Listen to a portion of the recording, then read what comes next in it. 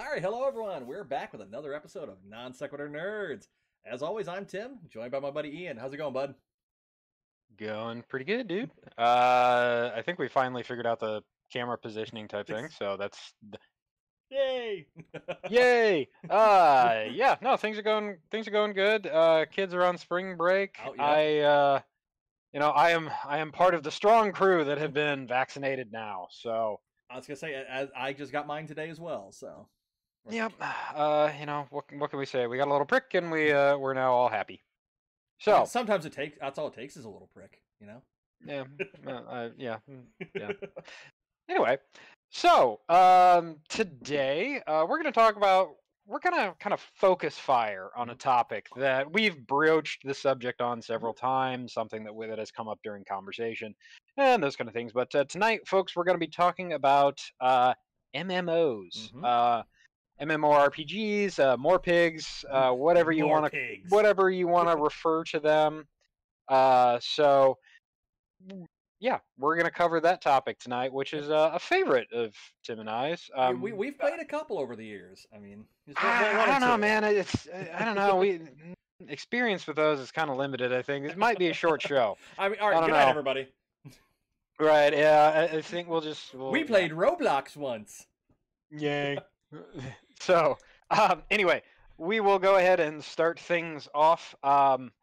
But in order to do that, we have to take you on a trip down memory lane to a time back before the internet was. Back in the age of dial-up. Right, where, the baud rate is... If your mom picked up the phone, you got disconnected. that happened a couple times. Right, which may or may not have happened all that often. But anyway, I think MMOs are the reason that my mom got a second phone line. Because was it for you or for her? I mean, chat rooms were also a huge thing back then too, and she liked those. So I mean, 6 one way, half a dozen the other. Right, exactly. So, yes, we're taking a magical journey back to the land of yesteryear. Mostly back to the land of what was it, Fadeware? The magical realm of elves that living in trees. What I have, of course, am alluding to frequently is one of the quintessential classic MMOs from back in the mid '90s, which is Everquest. Yep. I don't know that it qualifies as the first MMO. Nope, it was not. It was I think one of the first big ones. Yes, it was one of the first big ones. So Everquest, I actually have a bin of old crap in my closet, and I have my Everquest CDs, and I think I have a map. I have a map of that area of the game and whatnot. But one of the things, I mean, this. One of the things that I've always loved collecting is maps of video game worlds. So, like, literally every expansion that had a map in it, I still have the map of it.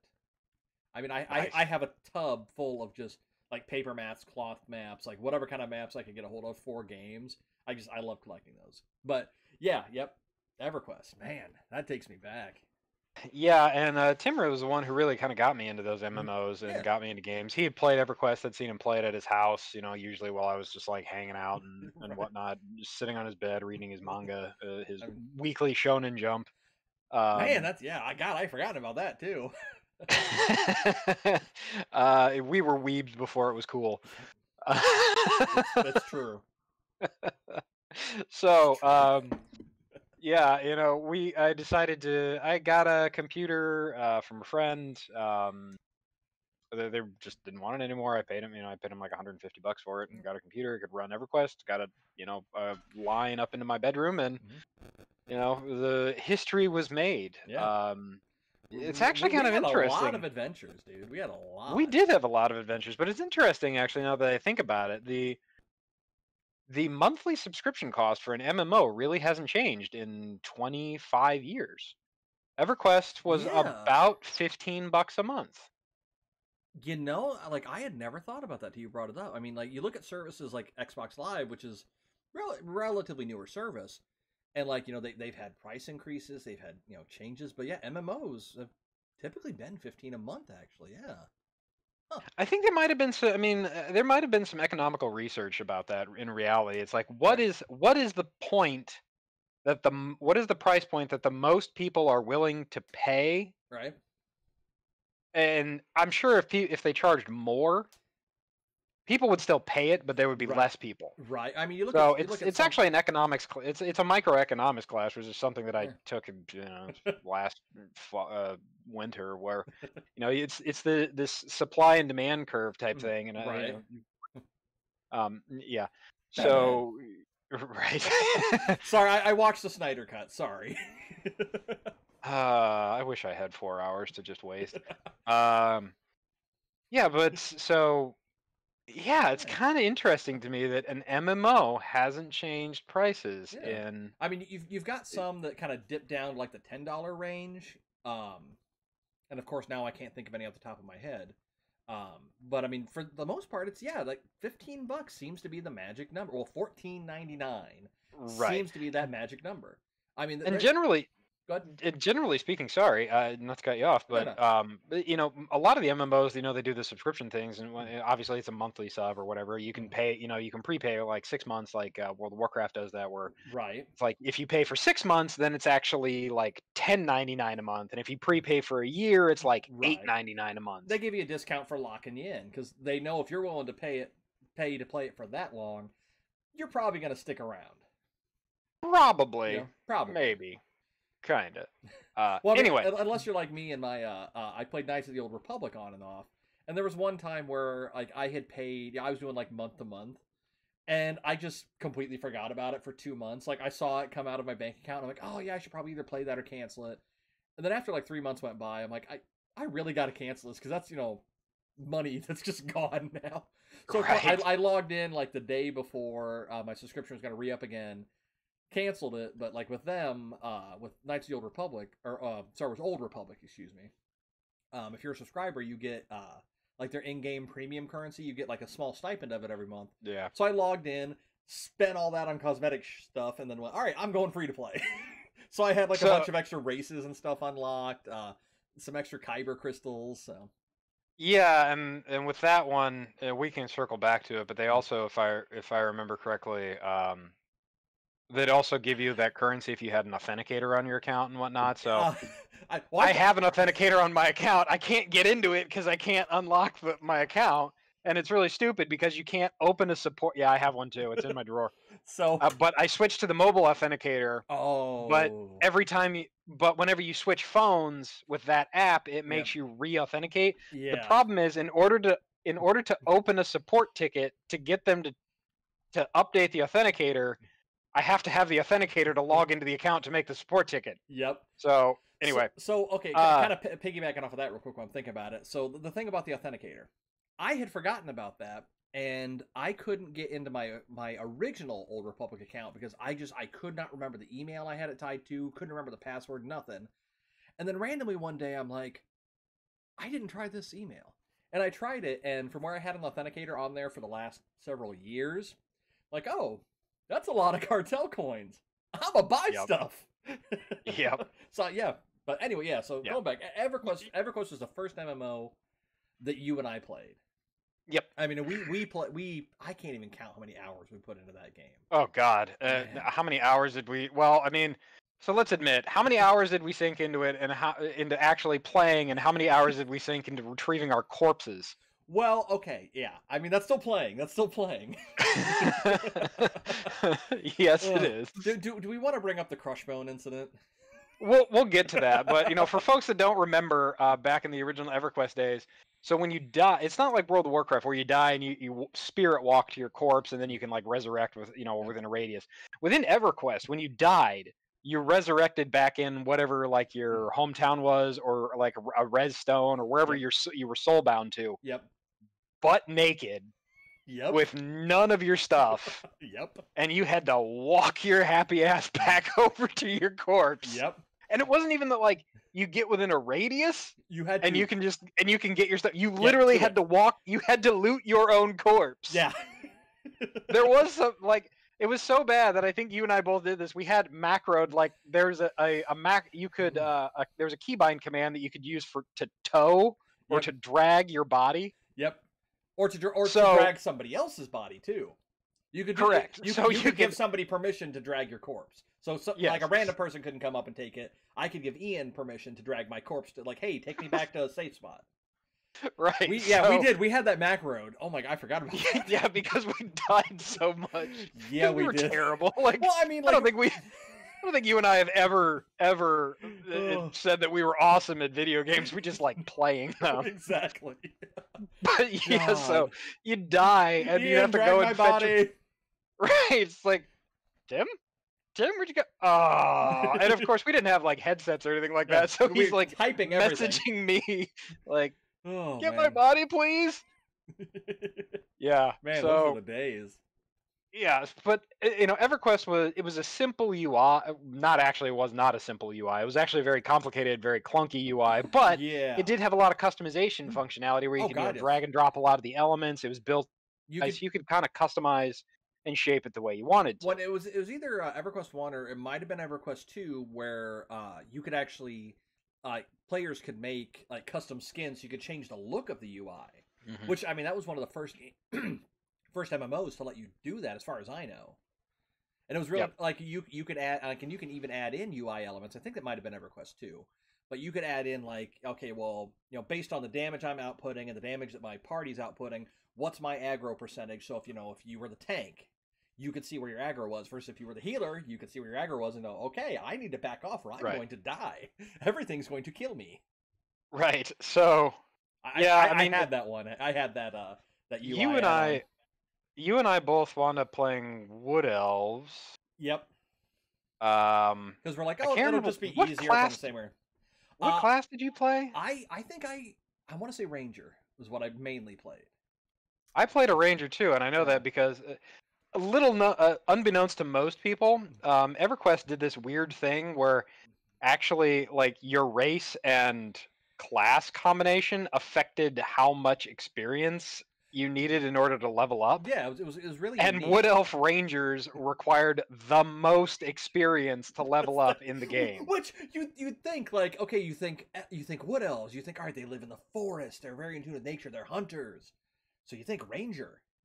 No, that was a lot of work. Yeah, it was. And I think the easiest to level, I believe, was like a bard? Dark Elf. Probably. I mean, because if all our listeners haven't figured this out yet, I fancy bards. Oh yes, you do. Yeah. So I know I played that. I think the race that was the easiest to level was, I believe, the Dark Elf Death Knight. Or the Necromancers, wasn't it?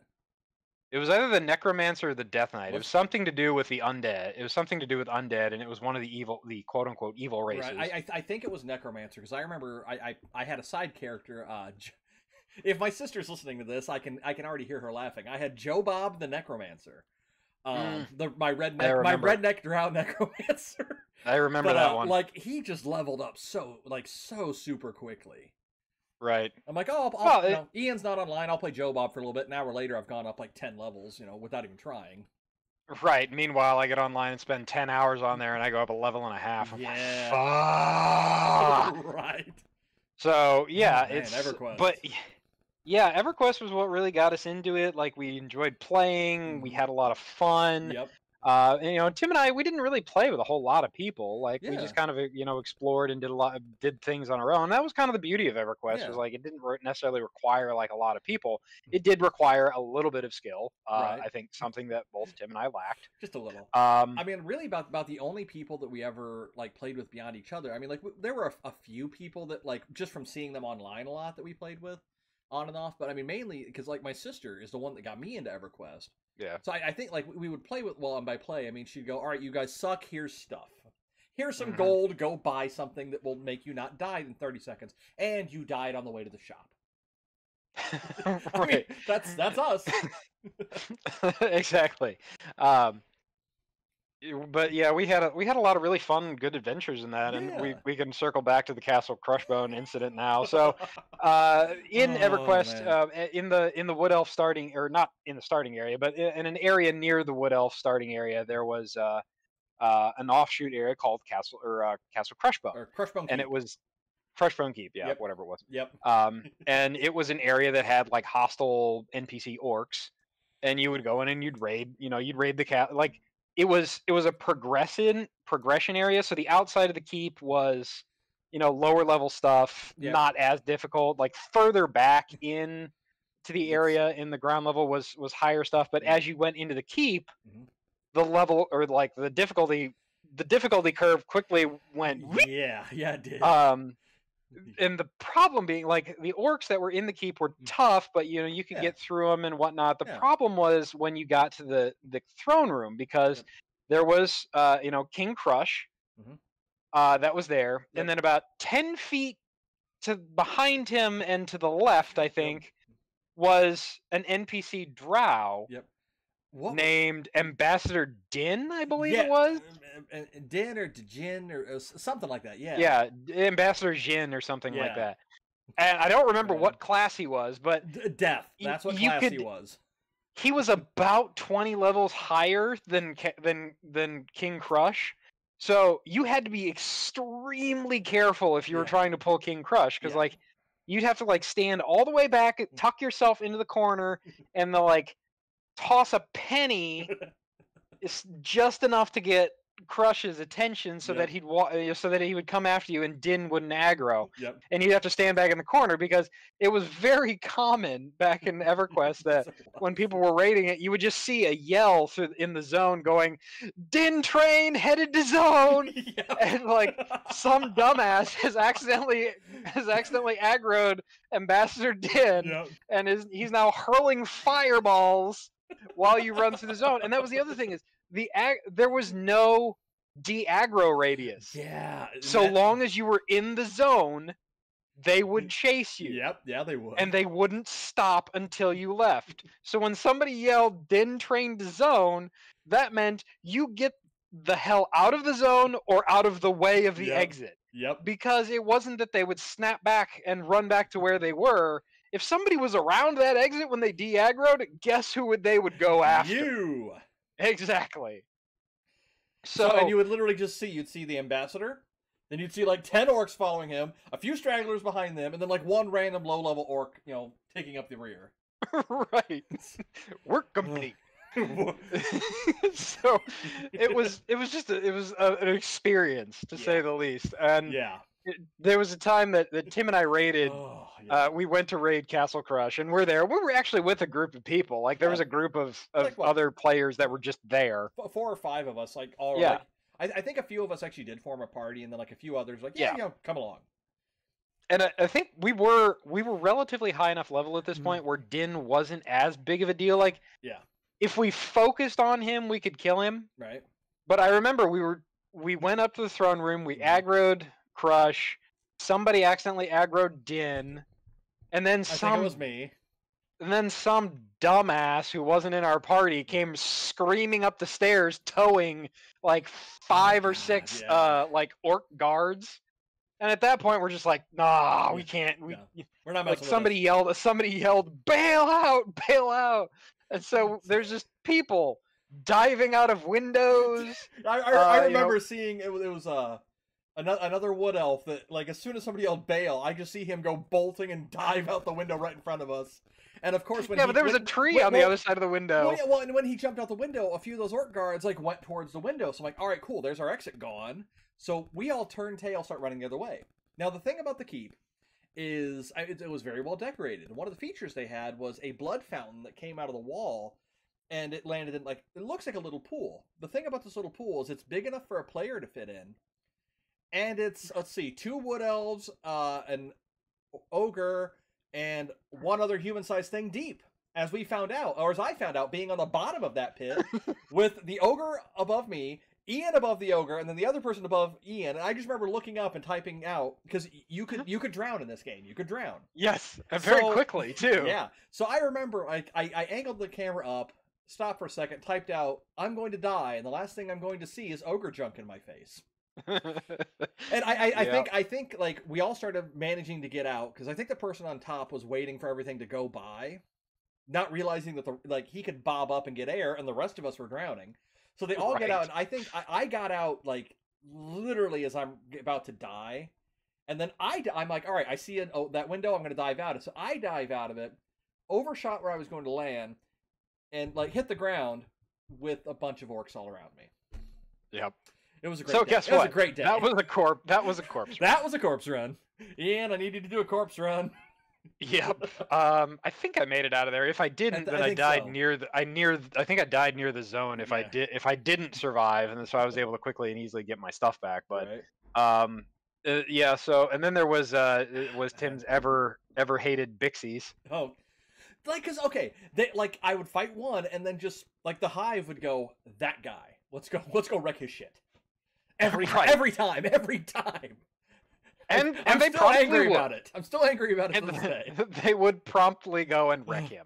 It'd be okay, they're all level 2. I'm level 15, level 20. This will be fine. Yep. How do you defend against that? You don't. And I think you had to fetch like 5 corpses. It was like a day when I would fight those, and it would never fail. All right, hey Ian, I picked up this quest, and we got to go kill Bixies. Oh, we should be okay. We'll be fine. And then what went from a simple fetch quest of bring me 5 Bixie wings turned into I'm going to murder their entire species. Yep. I mean, I remember I hate Bixies. Yeah. EverQuest holds obviously kind of a special place in our hearts. But, a little bit. After EverQuest, I think we graduated and kind of moved on to some other things. Yep. Obviously, right around that time, World of Warcraft became really big. It's still really big. Yeah, which I mean, admittedly, with that one, I was late to the WoW train. I was too. Well, I mean, I think you got into it before I did because you were always a huge Warcraft fan. You loved all their RTS games. And I played them, in passing, but Ian was I remember when WoW launched, or right before launch, they had a limited time thing where you could just buy a lifetime subscription, and it was the equivalent of 5 years worth of playing, and you debated on getting that if I remember right. Because you're this is I debated it. I just couldn't work. I just couldn't work it financially. Right. Well, I mean, and now you've played it on and off over the years. It would have easily paid for itself.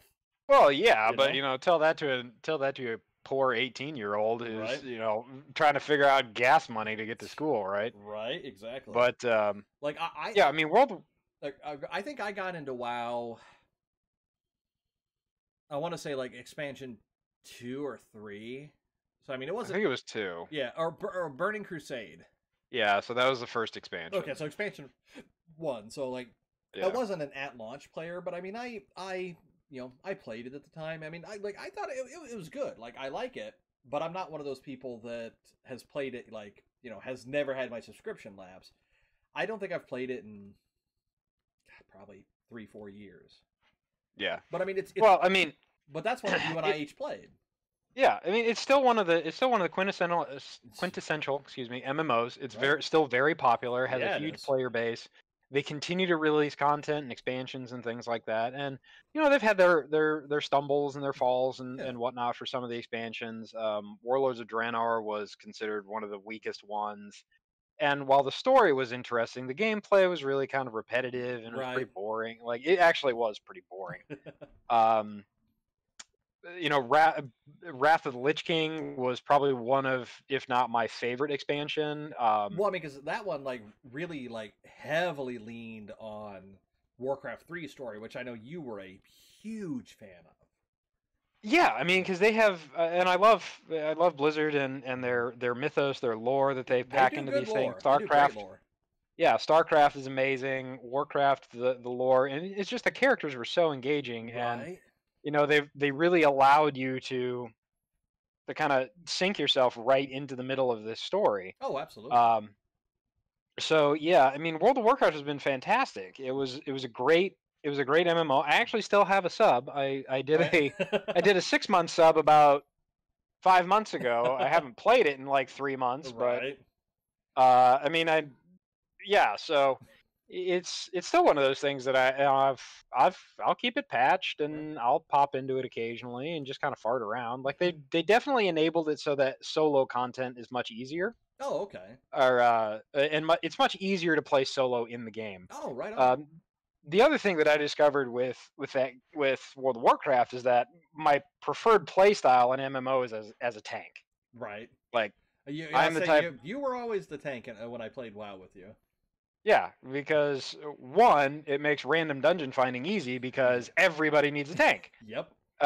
Two, um, solo play, it may take me a little while to kill things, but Right. you can't fricking kill me. Right. Like, That's the advantage if you have a well balanced tank. right, I am the equivalent of a bullet sponge. Like I play a paladin tank, so I have Oh, like self heals and stuff like that, and right. a crazy amount of AOE damage. So it was not and I tanked for my guild, my raid guild back Yeah. in the day, and it was not uncommon for me to just go ham in rooms like places that I knew we were going to be fine on. I would just like run through and pick up like 14 mobs and just Dude, yeah. stand there. I remember you doing that too, several times. Yeah. I would just stand there and like the healers would be, the healers would only be focusing on two healers focusing on me because no one else is taking damage. Right. So everyone else is just sitting there nuking the crap out of everything else, and See, I'm just that's how you know you have a good tank, when the healers only focus on them. When the right. healers are having to focus on everybody, that's when you have a problem. Right. It's either you have a bad tank or you have an overzealous rogue who doesn't understand what moderation is. Yeah. And usually for those kind of people, I would just let them die. Like, especially for like raids and stuff like Right. that. Like, you pull aggro off of me, that means that what you're doing is you're caring more about your damage charts than you are about the actual like teamwork and getting through this. So Right. I'm gonna let you die. I mean, fair. Like, yeah, that's not my problem. But yeah, so World of Warcraft continues to be huge. I don't think we really need to focus a lot of time on WoW. I mean, it's one of those games that like everybody with even a passing knowledge of MMOs, I imagine at this point has at least heard of WoW and knows that hey, that's a thing. Right, and probably played it at one point Yeah. because they send out like if you've got a Battle.net account, they'll send out Yeah. like 7 free days or something like Yeah. that, and you can actually sign up for the game for like 7 free days, or you can. I think they. Well, don't they have it I to think where like you can play up to level 20 for free? Yeah, it's a starter account. Well, Yeah. now that they did the level squish, because World of Warcraft before this last expansion went up to level 120. Which honestly I think was a little ridiculous. Right. Well, I mean, this last expansion did a level squish, so they Okay. squished all of the stats, and the level cap is now 60 again. Okay. See, like I think for an MMO, at least for this style of MMO, like a level 100 cap is a good round number in my opinion, because I mean it gives you enough room to like keep advancing through the game, but doesn't make it so high that maybe some players might feel intimidated by it and stop, or even like long-term players, it might get to be too much of a grind. Yeah. You know, and that's the problem. Like that, I think that's a problem with a lot of non-mainline MMOs. Is which I mean, we'll talk about ones that maybe that you and I haven't played together.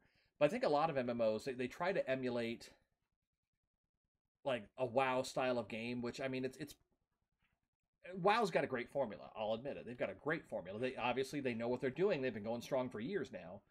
But a lot of MMOs will try to emulate that, and even getting one little thing wrong and trying to make a WoW clone makes the entire game feel off.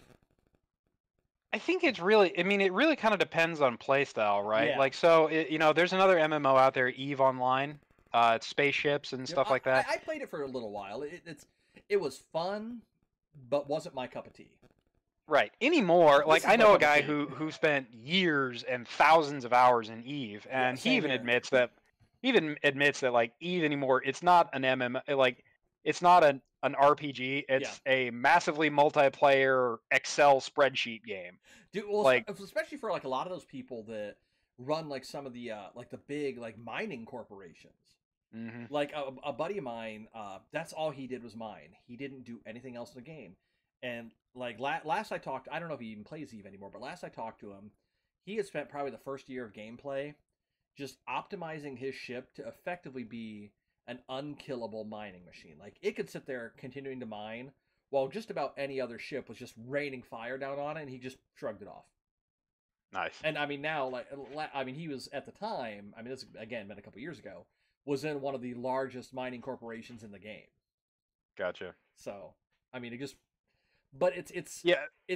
was fun, but I didn't see myself paying to play it long term. It's free to play now, isn't it? I don't Maybe I know. don't I'm know. not sure, but yeah. So Eve was one of those games that I don't think we can really talk about. Yeah, We didn't get really heavily into it, yeah. and let's admit, folks, like there's dozens, if not hundreds, of MMOs out there at this Yeah. I point. mean, oh, So easily hundreds. yeah, so it's really hard to talk about all of All them. of We're not them. going to cover them all. We'll probably just cover the ones that Tim and I have actually Yeah. had some experience with. So I played a little bit of EverQuest 2, See, which I was I played that a lot more the than you did. sequel. Yeah. Yep. Well, Sony had it out as free for a while. Yeah. Like you could download it for free, you Mhm. could play it for free and whatnot. So I played it. I had fun, but it was one of those things where it was like I always felt like I needed to play with a group or with Mhm. somebody else. So like playing solo was just boring. See, like I think that's kind of part of the reason why you and I didn't play it. I spent the majority of my time in EverQuest 2 doing furniture crafting because you remember excuse me, they introduced like player housing, and it was one of the Hmm. earlier games to do it. Not the first, again, not the first. That's kind of EverQuest's motto is not the first, but we still did it. And you could actually, in the crafting, make furniture for houses. So that's what I spent a lot of my time doing was crafting furniture for my own house, but also crafting some of the rarer furniture to sell, and then use that money to get some of the stuff I need while I was out gathering other stuff to make more things and lather, rinse, repeat. Just because I thought it was so cool that like a lot of other games when you go do crafting, it's just you click on it, you wait for a bar to load, and you either made the thing or you failed at making it. With EverQuest, the Yep. crafting benches, like your character was actually like pulling a saw back and forth. He was sanding stuff. Like there was actual animation for it, which I thought that was really really unique at the time. So I spent just probably 90% of my time on EverQuest 2 making chairs. I mean, Well, the other thing for me was that uh, the with that game, um, I want to say that it was like a pay for premium type model. I believe they did. when it first launched, it was just hard subscription, Yeah, but but then I they think they later transformed it. transitioned.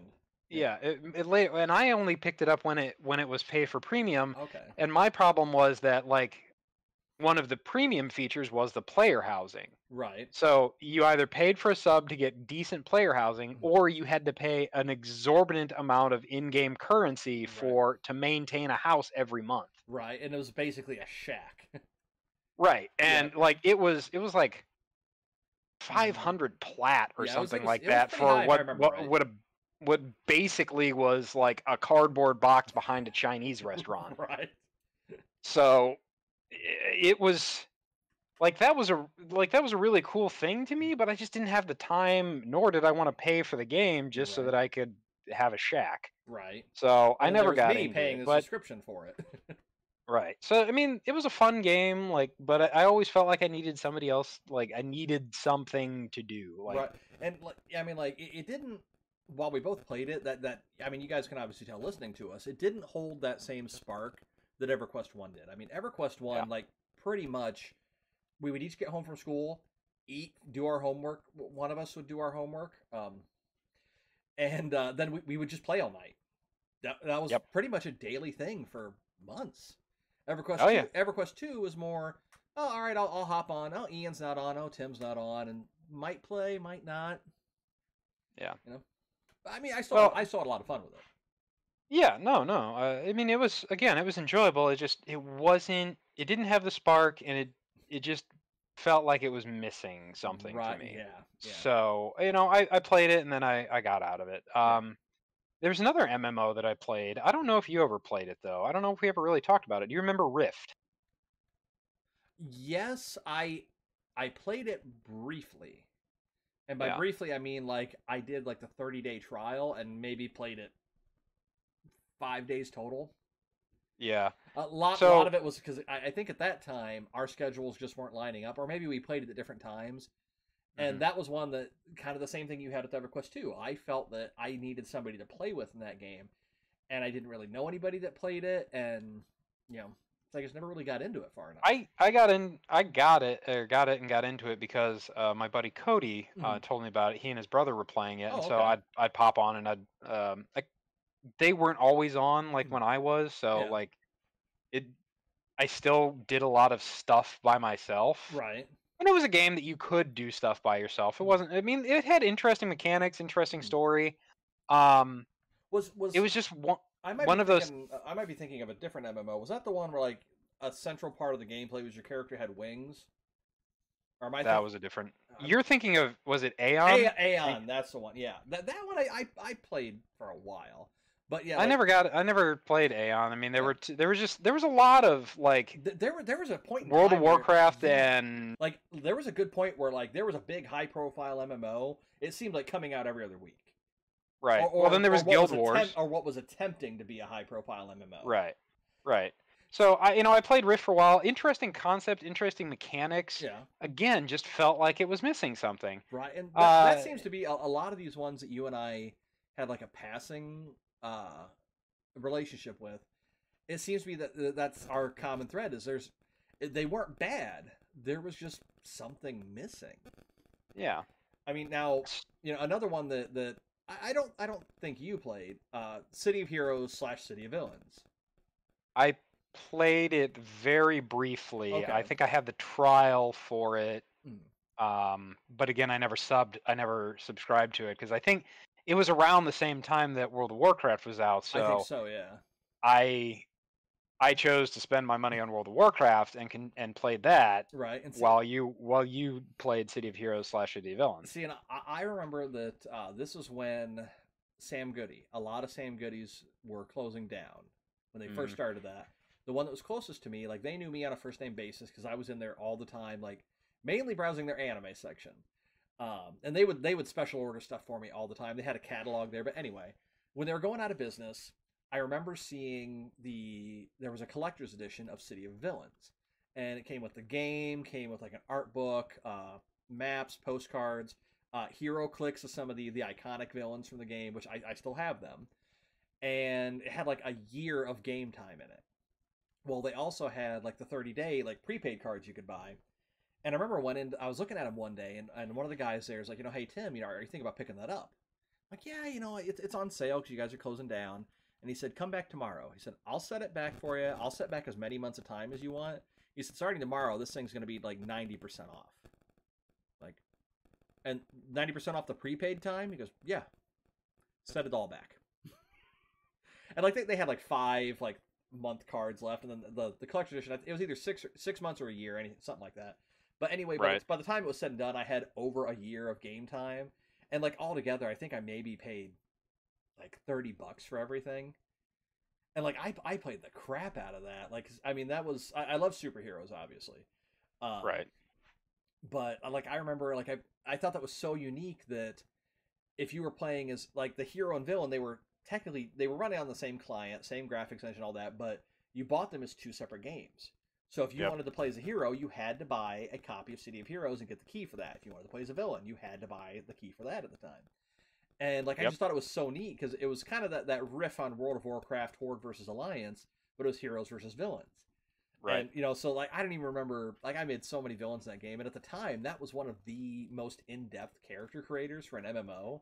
Like I love just how customized you could get. I mean, and now like you look at MMOs and makes this look like nothing as far as customization goes. But yeah, that was when I spent a lot of time on that. I love playing a villain, and then that kind of led into years later there was Champions Online, which is still going. It's free to play. I still have an account. I'll still hop into that every so often. Again, but that one's another really fun one. I love the superhero genre, so any superhero MMO, even like DC Universe Online, I still hop onto that every so often because again, it's free to play. I don't have to worry about a commitment if I don't want to pay for premium. Right. But I mean, I think those are 3. Like the first one, you kind of skipped on. But then yeah, I think Champions. I don't think you ever played. I tried talking. No. I talked you into it, or I tried to talk you into it.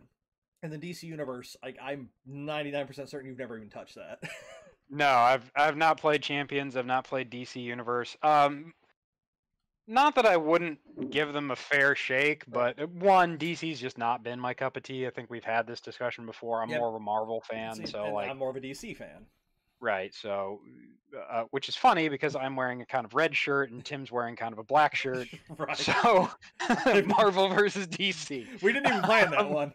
I mean, it's No, it's we didn't. technically a Cowboy Bebop shirt, which Right. for those of you watching Right. the YouTube video, you'll see this shirt's yellow, but the green screen's picking it up, so I am transparent. Right. But I mean, yeah, Um, you're a Marvel, I'm a DC. but well, there was also like a string of kind of pseudo copycat MMOs that came out around that. So like Yeah. for a brief amount of time, I played DDO, Dungeons and Dragons Online. See, same thing. We never played like this. This is the period of time where I don't think you and I were playing the same MMOs at the same time. Because like I played DDO online for. Did you do Lord of the Rings online? It was under the it's done by the same developers, or it's at least owned by the same company. So you could have done them at the same time. I didn't. Okay. Because I think I gave up on MMOs for a few years at that point. For a while there, you did, yeah.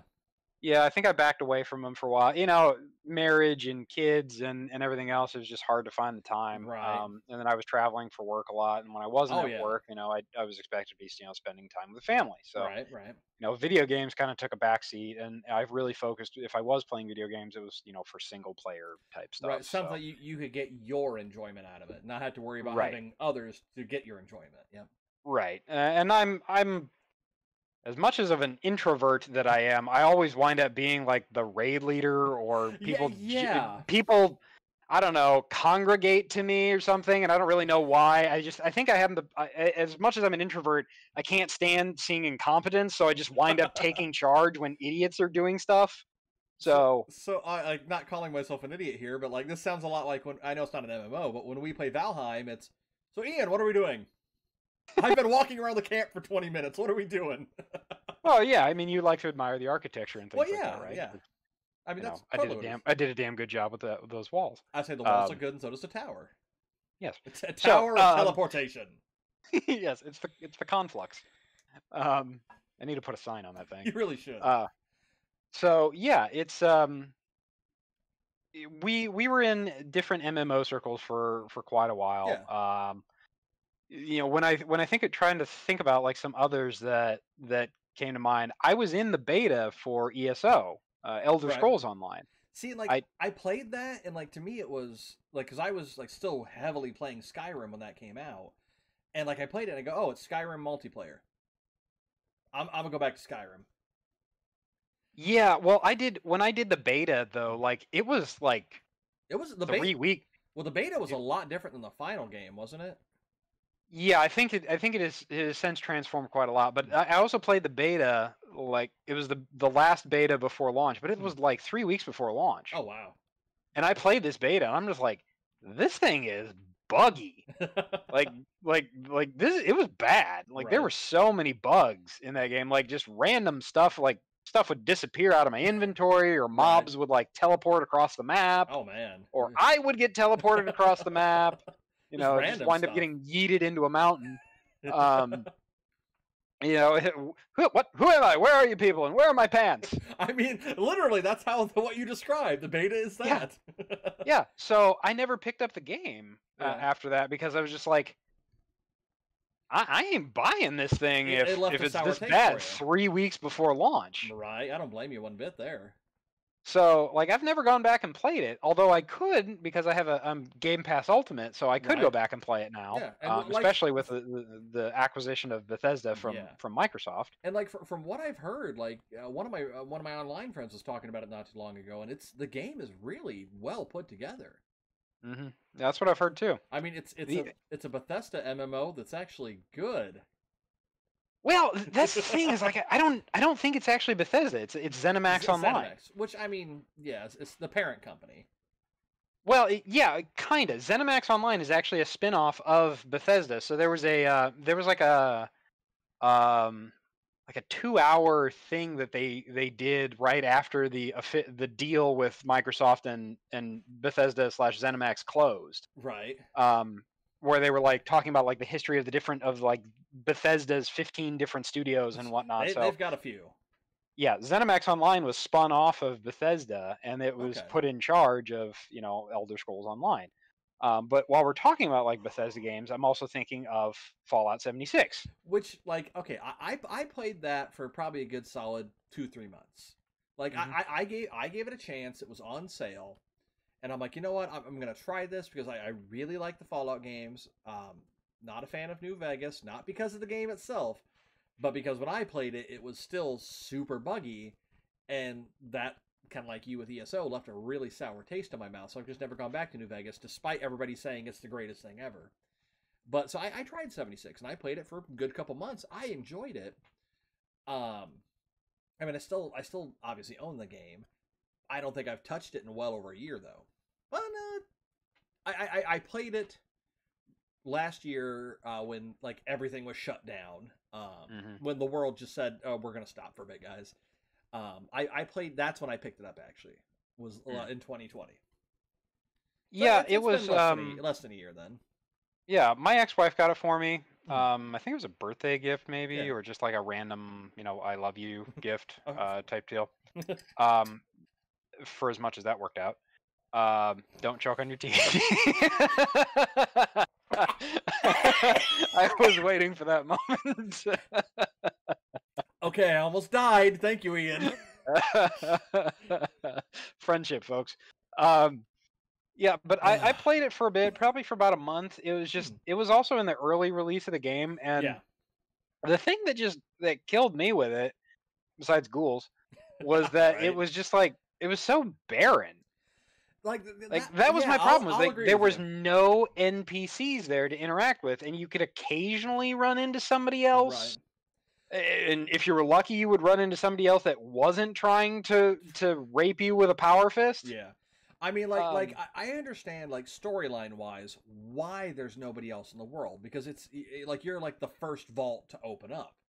Yeah. So of course there's not gonna be a whole lot of people, and like I understand that, like, they set that up thematically to make you feel like you had an important part in the lore and the history of the Fallout universe post the vaults being opened. And on paper that sounds great. In practice, though, no, I'll admit with you, like, in those like couple months I played it, I can probably count on all my fingers how many other players I ran into. Yep. Just because it was so... I mean, they've since added NPCs, which I haven't played it since then to see if the game feels different. But, I mean, that's one thing that, like, if I was in charge of that game and could go back, go back in time and fix that, I would delay the game and put NPCs in from the get-go. Have, you know, random NPC... Like, even, like... Not even like shopkeepers, like maybe have a few here and there that have some sparse supplies, a few basic things to kind of, get you through, things that they'd be trading, but just even people just randomly walking down the road, saying a random piece of dialogue, even something as small as that, makes it feel like you're in a living world instead of, pardon the joke, a wasteland. Right. I mean, they did have shopkeepers, but they were robots. They were automatons. Yep. So it was just like, well, this kind of sucks. Like, and you were basically chasing like people, because there were people that did leave the vault before you, and you would find like their journals and stuff like that, but you would never actually run into them. So it was just like, I just want somebody. I want some social interaction. Welcome to 2020. Yeah, no joke. And Bethesda has said come back, and they have since come back and went, yeah, we done goofed. We're gonna fix it. And 76 has actually seen a resurgence thanks to Xbox Game Pass, where their player base is, skyrocketed since being added to Xbox Game Pass. So there's now millions of more people that all have this game now. Right. So I might give it another fair shake in a while. Maybe I will too. Maybe this summer I'll get back around to installing it and give it a fair shake. But I'm also, while we're exploring the expanse of MMOs, I'm also thinking of Final Fantasy 14. Yep, like you and I were talking about that a little bit before we started recording. That I was actually thinking about going back to it. Actually, before we do that, we do have to technically go back, because 14 was not the first 14 Final Fantasy MMO. That belongs to Final Fantasy 11. 11, yes. And you played 11. I never did. You and Kevin played 11, didn't you? I think you played 11 with Kevin, because I think that came out when you guys were in college. Yes, because we did actually play that for a good while. I forgot that he and I played that, man. Yeah, that's been a day or two. Well, because the original version of it launched on PS2, and there you had to go out. They had a special. It was a combo kit where it had the game itself, had the hard drive for the PS2, which you had to have for this game because there's just more data than they could fit on a PS2 disc. So you had to have the hard drive, and then it also came with a combination. I think it was an Ethernet adapter, not a modem, because the Dreamcast had a modem and an Ethernet adapter. If you're lucky enough to find it here in the States, I have one. That's my little brag there. But yeah, I originally got that on PS2 and went out and got that combo kit, and yeah, I played the crap out of that when it first came out on PS2. But yeah, I think you're right. He and I did play that on PC. Because it later came out on PC, I think. Yeah. I'm fairly certain. I'm pretty sure that it did, but yeah. So then that was around for a while. It shut down many years ago at this point. Yeah.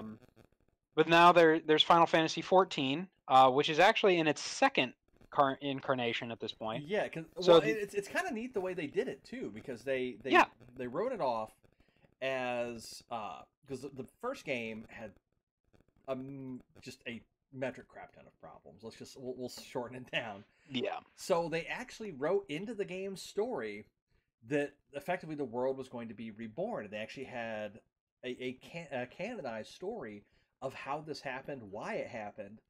And then when the game relaunched, it came back as Final Fantasy XIV: A Realm Reborn, because it was literally that.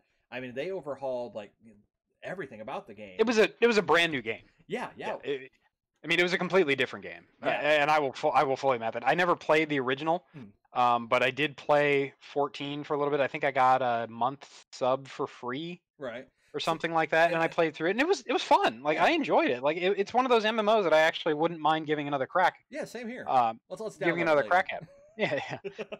Well, that's what happens when Tim and I wind up getting bored. Is we wind up downloading a game, which is why we played. Which is why I still have Genshin Impact installed on my computer. Which how many times have we played that since those first couple times? We have played it exactly one time. Shut up, Paimon. I can't. Oh my god. Yes, that. But no, yeah, same thing. I never played the original, mostly because I had seen so many reviews on it. Like I even remember vaguely hearing something about like one of the reasons the game was having so much trouble was they gave the example of, I think it was like a potted plant or something, just a thing in the corner of a room, had such a high like what's the word I'm looking for? Polygon count. Had such a high polygon count that most computers couldn't even run the game on like low settings at a playable frame rate. Yeah. And like I'm pretty sure my computer could run that, but I don't want to spend this kind of money to get a game that and that was just one of the problems. But it was the crisis of MMOs. I mean, not quite as intense, but I mean it had that same kind of thing where you had to have a pretty beefy computer to run this game in a playable state. Yeah. But when Realm Reborn came out, and like don't get me wrong, like the game still to this day, it's been years now. The game to this day still looks really beautiful. I mean, as a matter of fact, they've got a new expansion coming out here soon.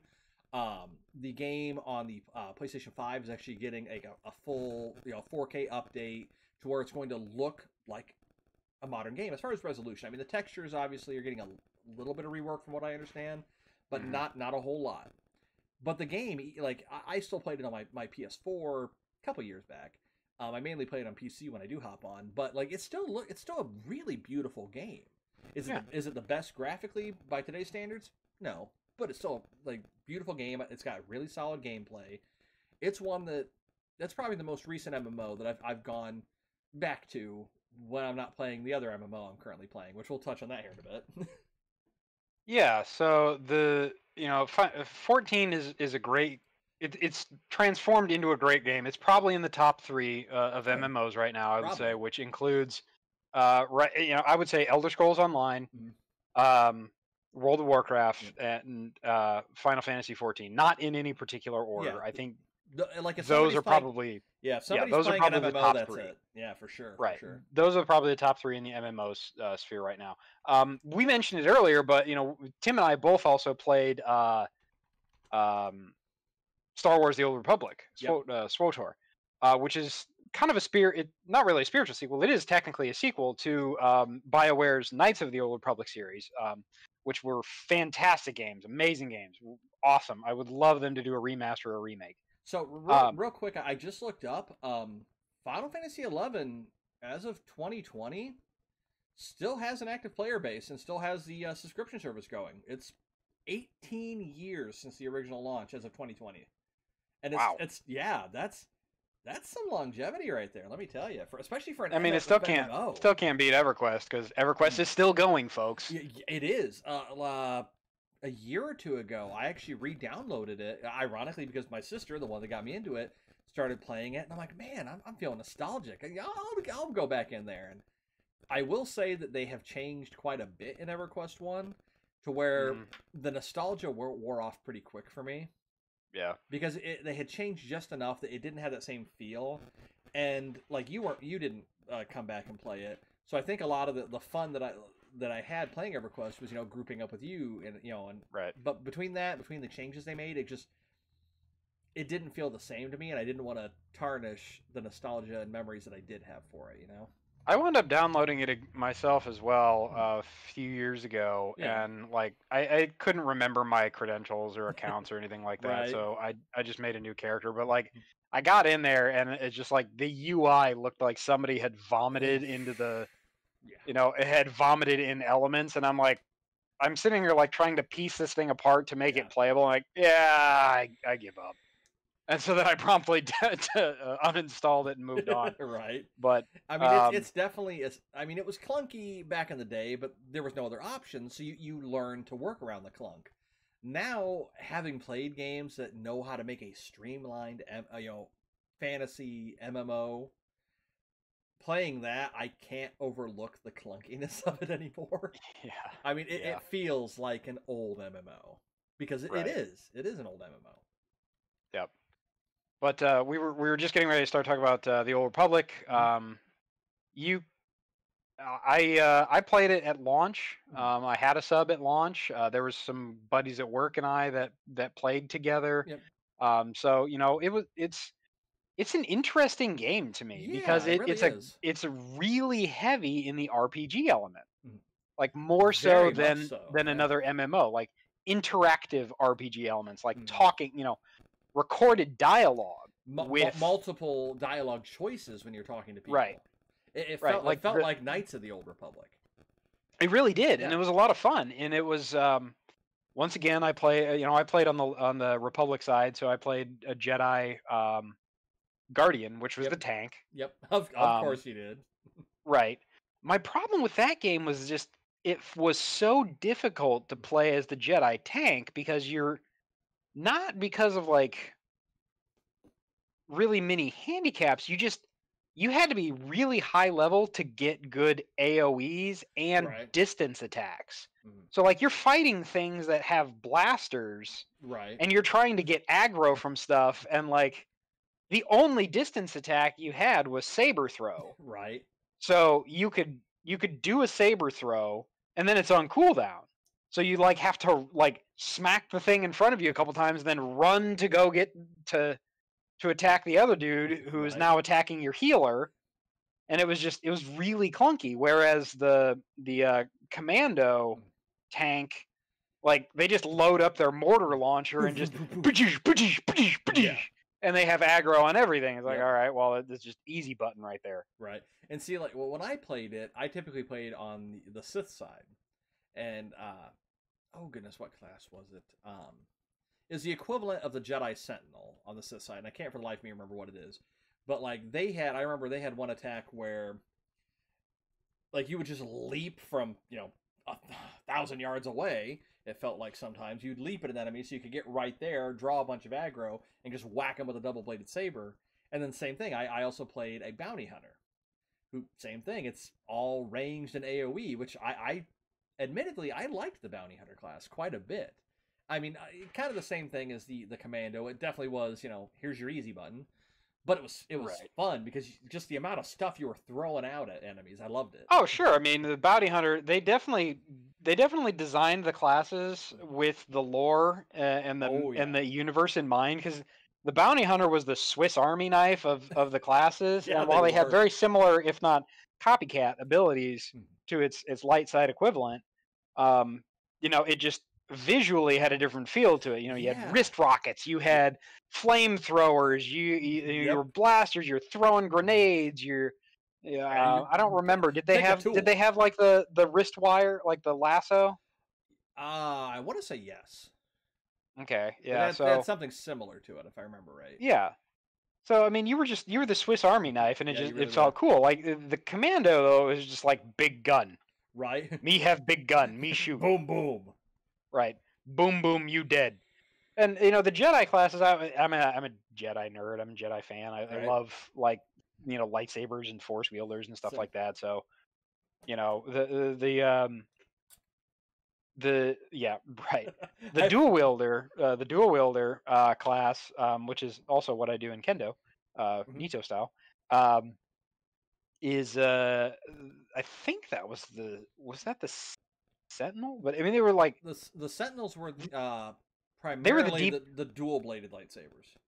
Okay, so it wasn't that. I can't remember what they were called. I think they could still do dual sabers as well, if I remember right.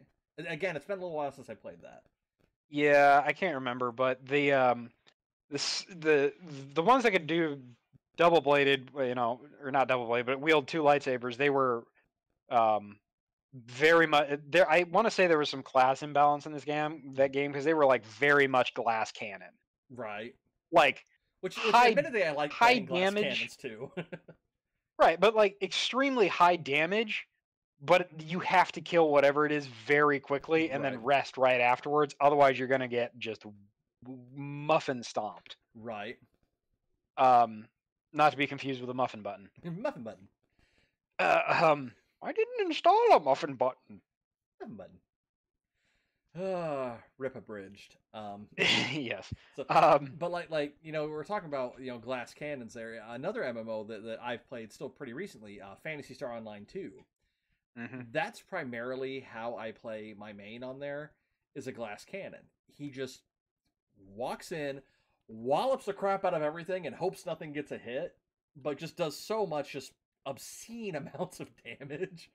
But I mean, that's how I have him spec'd, is that he is all damage and all PP, which photon points.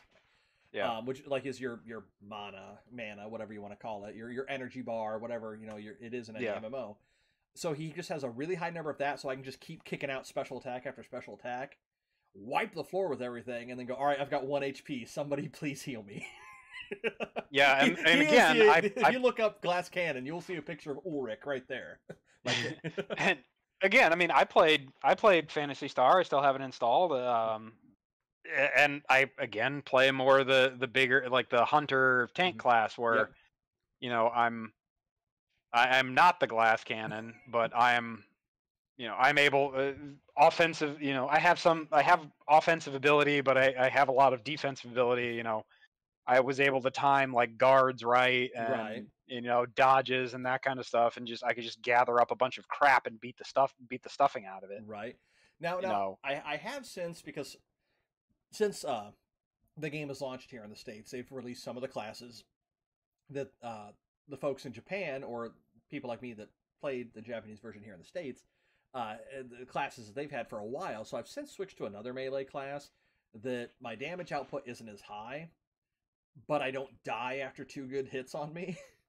So you have a little bit more utility. Yeah, and it's a lot more like fast-paced melee action, like almost like kung fu. You a katana wielder? Well, okay, technically he uses a sword, but I have a weapon skin on it that makes it look like a giant hammer, because this character Ulrich, I mean, I think I've talked to you about him before. He's a character from a tabletop game that I played that I've just always liked this character. So when I can't think of a character to make in an MMO, I make Ulrich, because I already like I'm one of those people that I like to RP in my MMOs. When I'm playing as Ulrich, like if I'm whispering to people or talking in like guild chat or whatever, I'll typically just talk normal. But if I'm talking like out in the like just a general chat channel, I'm typing out in character as Ulrich, and his thing is he's always had hammers. When the game first launched, they didn't have anything that looked even remotely close to a hammer. So I spec'd him originally as a fighter, which is literally he runs up and punches things. But you have like photon gloves or something like that. Yeah. And for a while, I had a weapon skin on him that effectively it makes your weapon invisible. So it looked like he was just punching things with his bare hands. And that was kind of like the legend of Ulrich. But they had since came out with a weapon skin for that hammer, and I'm like, all right, I'm gonna have to learn how to use swords now.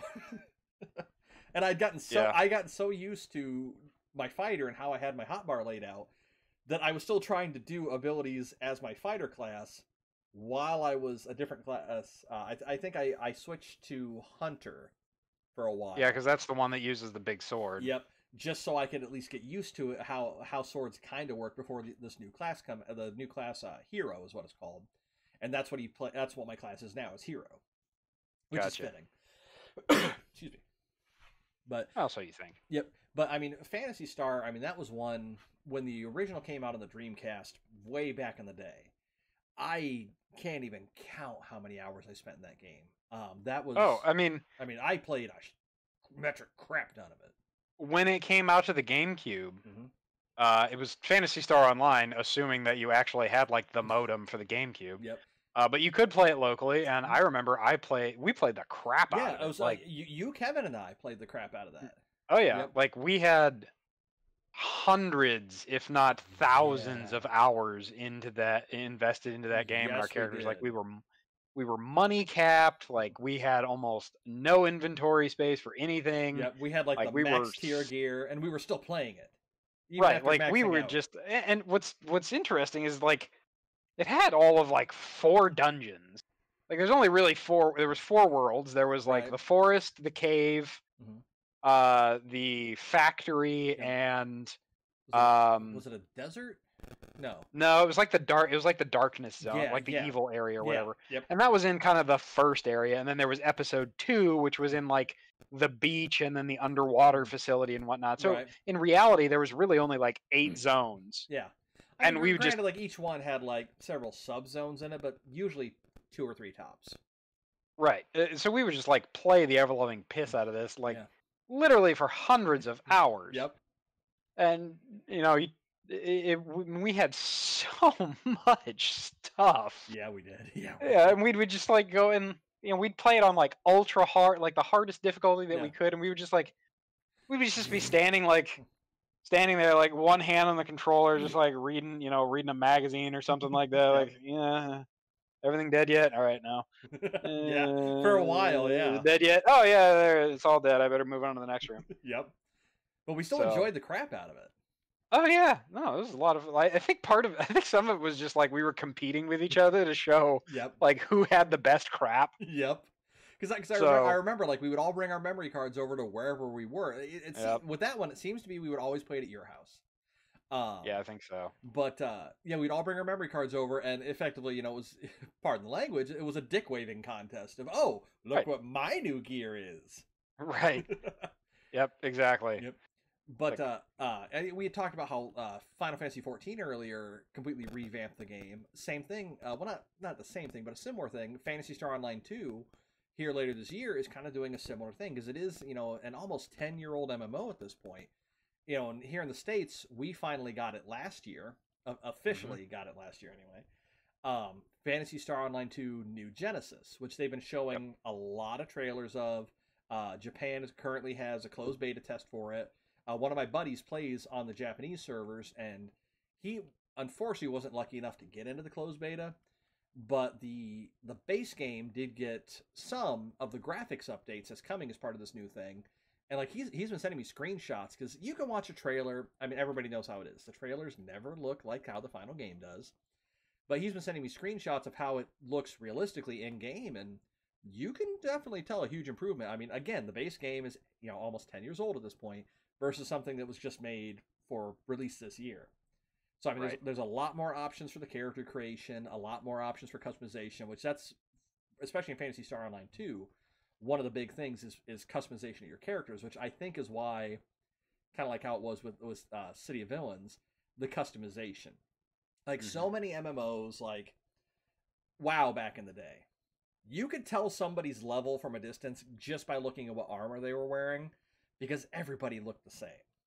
I mean, they've since now came out with so much more stuff that you can't really do that. Well, they also, a lot of MMOs are doing this too, but they're adding what WoW has, which is called the transmog.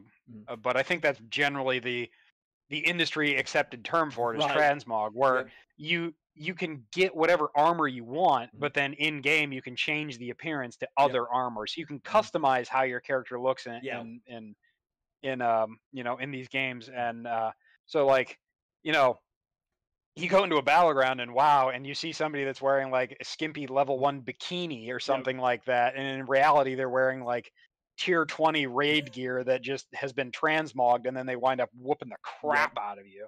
Well, that's kind of Phantasy Star kind of did a little riff on that, where there are just a crap ton of cosmetic clothing options, and same thing, it does not affect your stats at all, the cosmetic stuff. So like my character Ulrich is currently running around in a loincloth and boots. Yeah, that's with his giant hammer, because that's Ulrich. Any of you, like, if any of my friends that I play PSO with are listening, you know Ulrich. You know people can spot him from a distance because he has such a unique look. One of the few times that Tim and I actually played PSO2 together, it was last year sometime, I want to say. I logged in and went to the guild hall, and Tim's just standing there with Ulrich, who is completely naked, except he's covered in bubbles. Yeah, like, I still have that outfit. He has bubbles around his crotch and his butt, and then like maybe in his hair. And I just walk in, I'm like, all right, that's enough Phantasy Star for tonight. Well, okay. The funny thing about that, a lot of MMOs follow the trope, especially for female characters, where the less armor you're wearing, the better it is. Ironically, like the bubbles in PSO2, the male version is more revealing than the female version, in my opinion. I still have that outfit. It's in my storage. So, yeah, I mean, there's obviously a lot of MMOs we didn't cover. I kind of want to touch real quick on one kind of subgenre of MMO, and I'm going to call it a subgenre because I think that's what it is. Okay. The game Destiny by Bungie. One of your favorites. One of my favorites. I haven't played in a while. That's Destiny 2 is out. But I would actually consider that an MMO. It is a massively multiplayer online experience. FPS. Yeah. So it is still an MMO. I'll agree with you on that one, actually. I think it qualifies Bungie because won't call it an MMO. No, Bungie won't call it an MMO because you can do small group and large group content. Large group content is only 6 people. Right. Because trying to get anything more than 10 people is like herding cats. Right. Trust me, I know. I've organized 40-man raids. I would rather shoot myself in the face. I would never do that. I would never do that. I don't have the patience. Yeah, that's where all of what little patience I had evaporated into. But I consider it doesn't have like quite the traditional RPG elements where you're like putting level up points into stats and things like that, but you can customize gear to have like certain stats. Right. I think there's only like 5 or 6 stats that you can have in the game, but you can focus on that, and that will affect things like your melee recharge or your grenade recharge or your super recharge or things like that. So I think that still qualifies as an MMO pseudo RPG. I'd say and I think there's a lot of games out there that are similar to that. Like they have a large player base, like stuff like Battlefront or Star Wars Battlefront, that kind of thing. I don't know that I would call that. Yeah. That's a battlefield game. Yeah. Like it's a massively multiplayer online battlefield game. Yeah. I don't think that quite qualifies it as an MMO. There's not skilling, there's not point systems and that kind of stuff, and then there's really no end game. Right. Well, I mean, same thing with games like Fortnite or PUBG or insert battle royale game here. Yes, they are massive multiplayer online games, but I wouldn't qualify. I personally wouldn't classify those as an MMO. I mean, they meet the main criteria of massive because there's a lot of people, multiplayer because there's a lot of people, and online because you are. But I wouldn't say they're MMOs. I mean, they lack really any kind of definitive story. Like they don't have. It does one thing, which is Battlefield-esque online combat. Like there's no story, there's no driving force as to why you're doing this. Like there's probably a very loose story on some of these things. Well, like Fortnite, to their credit, whenever they launch a new season, and like if you play the game, and look into it, there is actually story to it. There's a reason why they update the map. There's a reason why they add new features to it. It's all tied to the lore of the game, which admittedly is pretty cool. Like my son still plays Fortnite quite a bit, and like he watches all the trailers for it, and he actually like, hey Dad, can we look up what this is about? And I'll pull it up. We'll do a little bit of reading and research on it. And like to their credit, they do a really good job of tying the story to the background of the game, but it's not like you're playing the game for the story. Right. Kind of like another one similar to that is, and I know you played this for quite a bit, Overwatch. I know we're kind of going out here a bit, but same thing. Like Overwatch, I never really got into Overwatch a whole lot, mostly because to me it was a Blizzard game without a story. Now, yes, I know there's going to be somebody out there saying that, oh, there's a story to Overwatch. There is if you go to their website and read everything, but the story's not part of the game, which for me was a big turnoff. Well, I mean, it's really kind of like League of Legends as well. Yep. Like there's lore for League of Legends. Ask me if I know what it is for the few times I've played that game. Yeah, like you have to go somewhere else to really get that. Like you don't get it. It's not a central component of the game. Like characters and the world is built off of a lore. Yep. But you don't get the lore. You don't get the lore by just playing the game. Yep. I agree. So it's not. And for something like Overwatch, there's really no statting in that game. Like you pick a character that has specific abilities. You don't like pump points into like their strength or their damage or stuff like that. Like you pick a specific, like it's an arena game. Yeah, that's what it is. It is. Yep.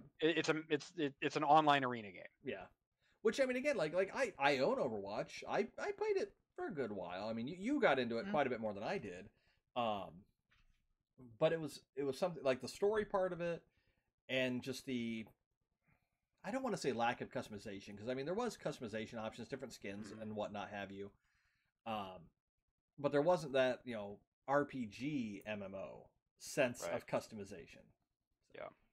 I think for me, and again, this is something that I've touched on multiple times on the podcast, but just like anymore, if I'm playing a game, like I'm probably not going to do something that's focused 100% on PvP. Right. Like I will play Star Wars Battlefront 2 because I enjoy the game. Like I think it's fun. It has other modes and ways that I can play. Right. I mean, heck, it's got a story mode, Right, and I'm not just stuck, on like a 3v3 getting my ass handed to me by some grouchy 14-year-old. So I'm generally not going to play a game just for PvP type stuff. So yeah, while I enjoyed Overwatch, I only ever played it really with other people. Yeah. So like I never really did like pick up groups or just like playing by myself because I just didn't enjoy it as much. Right. I mean, it seems like that you and I are kind of the same mind on that when we play MMOs, we like having other people, primarily people that we know, or at least have some kind of relationship with, to get the full enjoyment out of the game. And I mean, that's kind of what made MMOs as big as they were, was being able to play with just a massive amount of other people, being able to make new friends. But I mean, you and I, again, being the introverts that we are, enjoyed playing, with each other, or people that we personally knew, or people that we, back in the days of, of message boards, people that we had, formed online friendships with. But I mean, we seem to both kind of be the same mind on that one. Surprise. Yeah, and I think that's fair, and I think this is kind of a good way to wrap up the show. But so MMOs are around. They've been around for 25 plus years at this point. Easily. They're a ton of fun. Like, they're not for everybody. Yeah. But there's probably a game out there for you for your style. Like, and you don't probably have a free version of it. Right, a free version of it. Freeware. We didn't even get into talking about like freemium or free versions or pay for premium or stuff like that. I mean, that we could do an entire episode on just those concepts, sub-concepts of MMOs. But there's plenty of games out there that you can enjoy. Oh, absolutely. And if you like video games, find one that you really like, and find a game that you can that really speaks to you. If you like PvP, go for it. Absolutely. I'm not gonna meet you on the battlefield. Right. So I mean, I only really play because we're bad. Right. Well, and I only really play PvP if I'm playing with other people and we can laugh about how bad we are. I generally don't like playing with people that are going to sit there and rage scream and break keys on their keyboards. So But I There's some play people video that take games it for way too enjoyment. serious. Yeah. So yeah, I think with that we could probably wrap things up Oh, yeah. for tonight. I But think so. so yeah, MMOs, they've been around a long time. Tim and I have definitely had our fair share Oh yeah. of MMOs in our lives. I got a couple of buddies who have probably played 3 times as many MMOs as me, you and I. Right. And I've played there were a lot that I've played that I didn't even mention tonight. Yeah, I mean, there's several that I can think of Yep. that are out there that I either have played or know of that we didn't talk about. Yep. But Same. so I think that'll do it for us for tonight, folks. Oh, yeah. So I think we'll go ahead and sign off here. But yeah, so keep on gaming, keep enjoying what you do. Absolutely. Have fun. I am off work next week, so I will actually spend some time and update the website. Sorry. Hey, there we go. No, you're not. Yeah. I mean, I am. It's a few weeks. Yeah. Few weeks behind at this point, and needs a fresh coat of paint, and some of my pithy attitude, sarcasm blog posts. Of course. So I will try to work on that next week again. Sorry about that, folks. If you're watching this late, then hopefully it's updated by the time you watch this. Right. Hopefully it's updated. Yeah. Again, catch us out on YouTube. You can also find us at Non Sequitur Nerd on Twitter. Nerd because the S was too long. Yep. So Non Sequitur Nerd on Twitter. You can find us on YouTube. You can also listen to our podcast hosted on Anchor.fm as well as places such as Google Podcasts. You can find us on Spotify, some of your favorite podcast providers. I think we're still working on Apple Podcasts because it's broken. Yep. And not us. Yeah, Apple Podcasts is broken. We found out that there's an issue. They are working on it. So I'm still very diligently working on that. As soon as they get it fixed, I will have it up and going, hopefully. Exactly. So I think we'll go ahead and sign off for tonight. So anyway, for Non Sequitur Nerds, I am Ian. And I'm Tim. We'll catch y'all later. Good night. Night, everybody.